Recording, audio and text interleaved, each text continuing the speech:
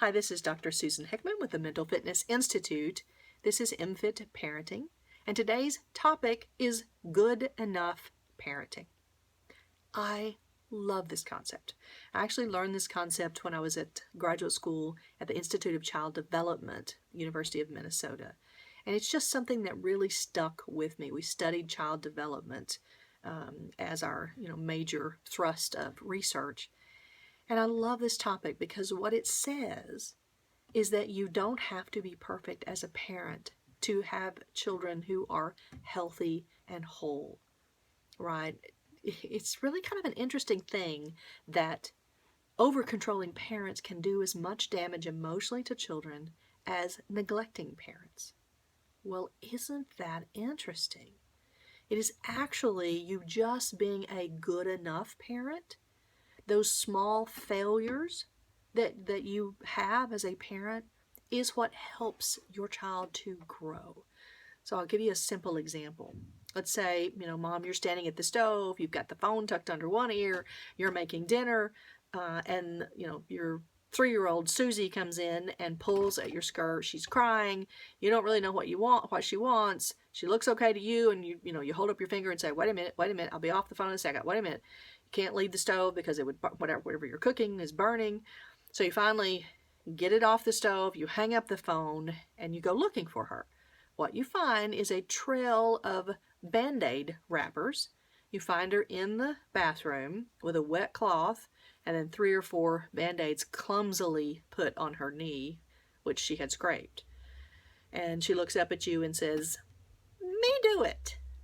Right? The point is, it was your small failure of not being available to her right then at that moment that led her to the independent movement. Now, she did it clumsily.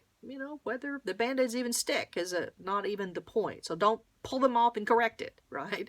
Just go, "Good job," and let her be on her way. It pushed her into doing something for herself.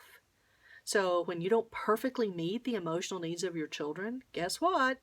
You just push them into developing a way of soothing themselves. Now, this is not permission, of course, to neglect your children. You don't need to neglect them when they actually need you. But you also don't have to be obsessed with meeting every need and being absolutely perfect, because you're actually interfering with their development. This seems to be particularly difficult as 10, 11, 12-year-old children move into that adolescent stage.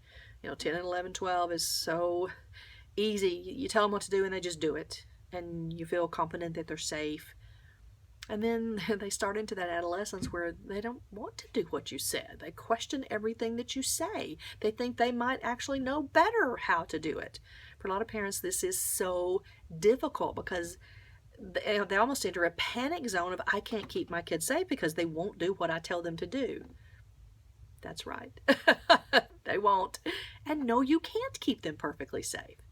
But it gives them the opportunity to learn how they'll make mistakes and then suffer the consequences of those mistakes, and to learn to own their own behavior and how to make those good decisions. If you make all of their decisions for them up until the time they're 18, and I see some parents carry this on to where they hold over their financial stability over the child. Well, if you don't go to the college I want you to, if you don't do what I say, then I'll take away your funding. Really? Really? You really want to over-control your children in that way and completely prevent them from the developmental task at hand, which is to learn how to make good decisions for themselves?